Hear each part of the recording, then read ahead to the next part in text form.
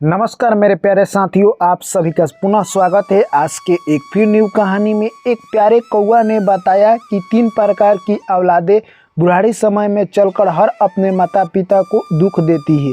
आखिर वो 3 प्रकार की कौन सी औलादें हैं जिनको अगर शुरुआती में कुछ शिक्षा ना दी जाए तो अपने माता पिता को बुढ़ारी समय में दुख देती है। तो दोस्तों, इस कहानी के माध्यम से हम लोग समझने का प्रयास करेंगे, इसलिए दोस्तों आप लोग कहानी में अंत तक बने रहें। जो भी मेरे प्यारे साथी भाई एवं बहन और दर्शकगण चैनल पर पहली बार आए हैं, चैनल को सब्सक्राइब कर लीजिए और नोटिफिकेशन को ऑन कर लीजिए। चलिए दोस्तों, कहानी को शुरू करते हैं।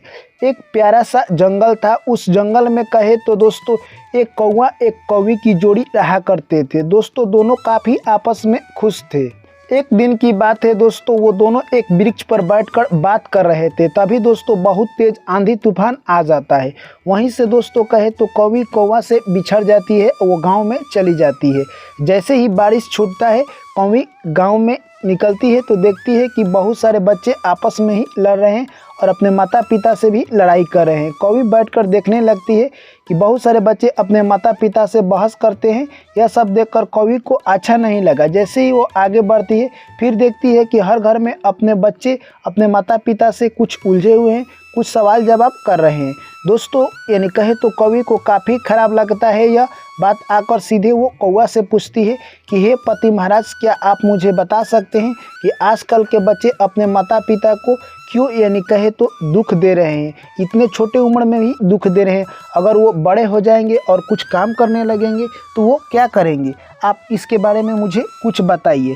तभी दोस्तों कौवा कहता है कि मुझे इसके बारे में तो कुछ खास ज्ञान नहीं है। मैं भगवान विष्णु के पास जाता हूँ और तुम्हारे सवालों का प्रश्न का उत्तर मैं लेकर आऊँगा।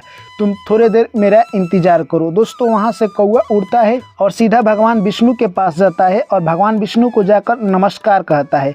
भगवान विष्णु बोलते हैं, हे कौवा, तुम मेरे पास क्यों आए हो? तुम्हारा क्या प्रश्न है? तुम पूछ सकते हो। तभी कौवा कहता है कि हे भगवान विष्णु, आप तो दुनिया का मालिक है, आप तो सभी जगत के सृष्टि के रचयिता है।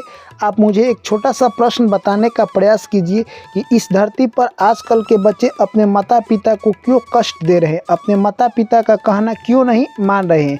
आप मुझे यही बताने का प्रयास कीजिए।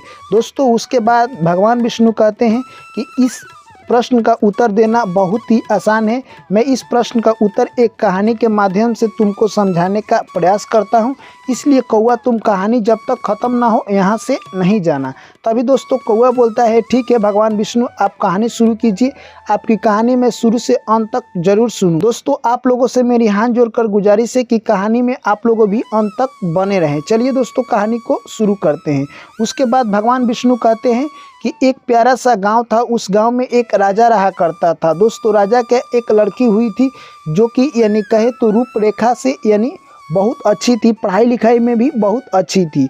उसका रूपरेखा इतना अच्छा था कि पूरे राज दरबार में कोई उसके आगे टिक ही नहीं सकता था। यानी कहे तो उसके रूप पर अपने आप पर वो काफ़ी घमंड किया करती थी। वो दिन दहाड़े किसी का भी मजाक उड़ा देती थी, चाहे वो राजा हो, रंक हो, राजकुमार हो या कोई हो। दोस्तों धीरे धीरे ऐसा ही समय बीतता गया। एक दिन की बात है, राजा ने अपने बेटी के लिए बहुत अच्छा रिश्ता लेकर आया। तभी दोस्तों कहे तो राजा की जो लड़की थी वो उस लड़का का मजाक उड़ा देती है और उस लड़का से उस राजा की लड़की की शादी नहीं होता है। राजा सोचने लगता है कि मेरी बिटिया का शादी करना बहुत ज़रूरत है, क्योंकि ये दिन पर दिन बिगड़ती जा रही है। दोस्तों एक कहावत है मेरे दोस्त कि ज़िंदगी में कभी भी आपके बाल बच्चे हैं जो कि आपका अगर कहना नहीं मानते हैं और आप उनको और सहका रहे हैं, यानी आप उनको ढीठ बना रहे हैं, तो आपको ये एक दिन भोगना पड़ेगा। कहने का मेरा साफ मतलब है मेरे दोस्त कि आपके बच्चे अगर छोटे छोटे हैं तो उनको रहन सिखाना बहुत ज़रूरी है। बच्चे को अगर आप खिलौना नहीं देंगे तो वो 2 से 4 घंटा रोएगा, 1 दिन 2 दिन रोएगा। अगर आप उसे संस्कार नहीं देंगे तो वो ज़िंदगी भर रोएगा। दोस्तों ऐसे ही राजा के बेटी के साथ होता है। राजा सोचते हैं कि अब हमें स्वयंवर ही कराना होगा। राजा स्वयंवर रखते हैं और अपने पूरे राज दरबार में बहुत दूर दूर को राजाओं को भी बुलाते हैं। जैसे ही स्वयंवर लगता है, राजा के बेटी माला लेकर उस स्वयंवर में हाजिर हो जाती है। तभी दोस्तों बहुत सारे राजा आते हैं और सभी राजाओं के पास राजा की बेटी जाती है और उनका मजाक उड़ाने लगती है। किसी को टकला बोलती है तो किसी के दांतुल बोलती है तो किसी को बोलती है इनका दाढ़ी इतना बढ़ा हुआ है, किसी को खंबा बोलती है तो किसी को धान का बोरा बोलती है, ऐसे ही सभी का मजाक उड़ाती वो चली जाती है। दोस्तों यह सब देखकर यानी वहाँ पर जो भी राजा विद्यमान थे उनको बहुत बुरा लगता है और वो राज छोड़कर वहाँ से चले जाते हैं। दोस्तों यह सब राजा देखते हैं, वो भी गुस्सा में आ जाते हैं और सोचने लगते हैं कि ये लड़की मेरा नाक कटा दी, अब मैं इसका शादी हरगिज एक गरीब से करूँगा जो कि गरीब के साथ ये रहेगी, तब इसे पता चलेगा कि राज दरबार का सुख क्या होता है।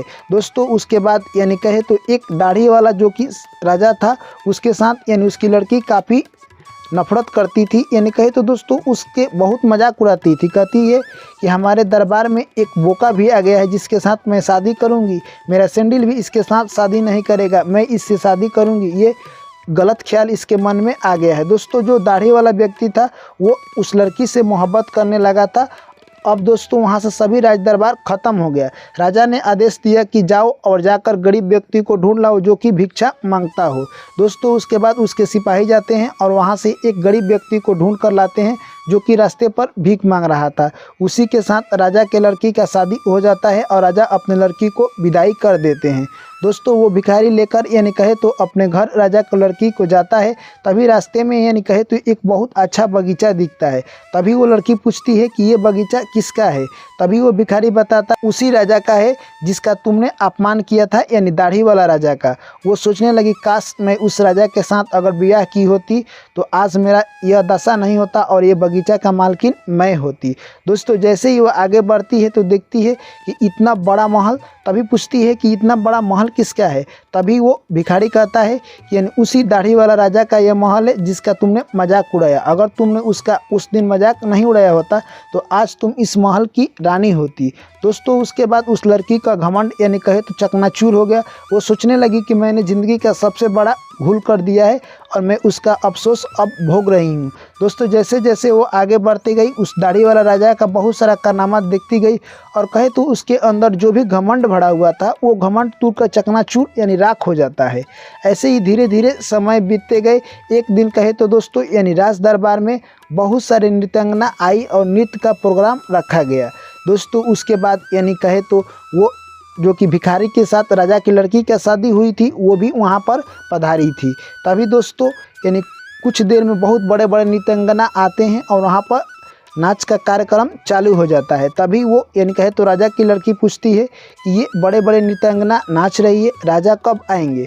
तभी दोस्तों उसके बाद उसका पति बोलता है यानी भिखारी कहता है जिसको तुमने यानी दाढ़ी वाला राजा बोला था और उसका मजाक उड़ाया था उसी का यह राज दरबार है। उसके लिए देखो कितने दूर दूर से नृत्यांगना नृत्य दिखाने के लिए आई थी।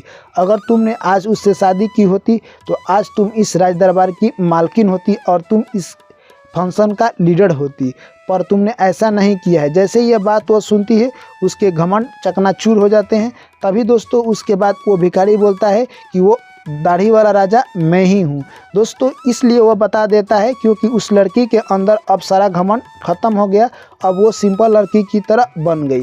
अब वो खुशी के मारे उछाले नहीं समा रही थी दोस्तों और वो उस राज दरबार का मालकिन बन जाती है। इस कहानी को सुनते ही कौवा भगवान विष्णु को नमस्कार कहता है और सीधे कौवी के पास आता है और इस कहानी को कौवी को सुना देता है। तभी कौवी कहती है कि इस कहानी से आपने क्या सीखा। तभी कौवा कहता है कि जब भी आपका औलाद आपसे ज़्यादा बहस करे तो उसे जैसे समझाना पड़े, मार पीट कर या कुछ भी कर उसे समझाना चाहिए, क्योंकि हर औलाद को ज्ञान देना सबसे ज़रूरत होता है। अगर माँ बाप ऐसे नहीं करते हैं तो वो अपने बुढ़ारी समय में भोगने के लिए तैयार हो जाए। इसीलिए हर माँ बाप को अपने बच्चे को बहुत ज्ञान देना चाहिए जिससे कि वो बुढ़ारी समय में उनका ध्यान रखे। तो चलिए दोस्तों ये कहानी आप लोगों को कैसी लगी कमेंट करके हमें जरूर बताएं। वीडियो अच्छी लगी है तो वीडियो को लाइक कीजिए, दोस्तों के साथ शेयर कीजिए। दोस्तों आप लोग से फिर मिलते हैं अगली कहानी में। ऐसे ही प्यार और सपोर्ट बनाए रखें। चलिए thank you, take care, bye bye, जय श्री कृष्ण, राधे राधे।